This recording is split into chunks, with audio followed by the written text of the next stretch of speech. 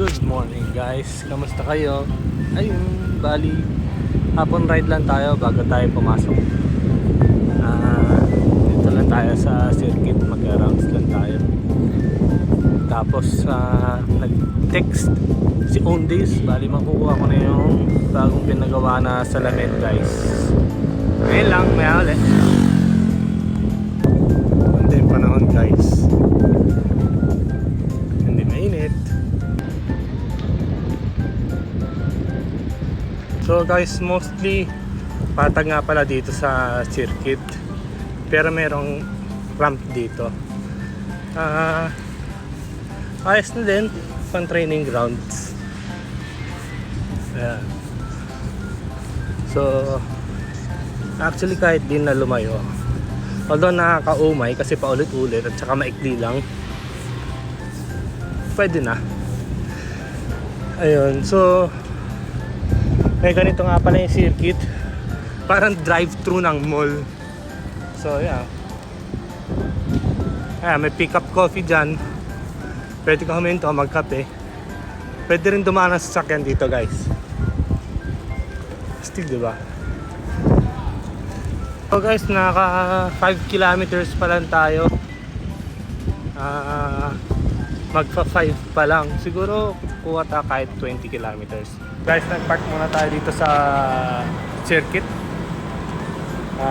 Kukunin ko lang yung salamin ko sa Ondays. Tapos na pala ako mag rounds, naka ano lang tayo, 20 kilometers lang. Ayun lang, may ulit. Ito na siya, ang Ondays. Sabi ko Sunday ko pa pipick upin, pero andito na ako kaya kuhanin ko na. Guys, ito na yung bago nating salamin. Meron din siyang anti-radiation at saka transition lenses. Ayos, diba? Nakakabata tignan. So guys, naninibago pa tayo, medyo nakakaduling pa. 1 to 2 weeks para makapag-adjust. Kailangan lagi ko ito suotin. Hirap mag-salamin guys, skinborn na yung mata ko, malabo na talaga. Mula bata may salamin na ako guys eh.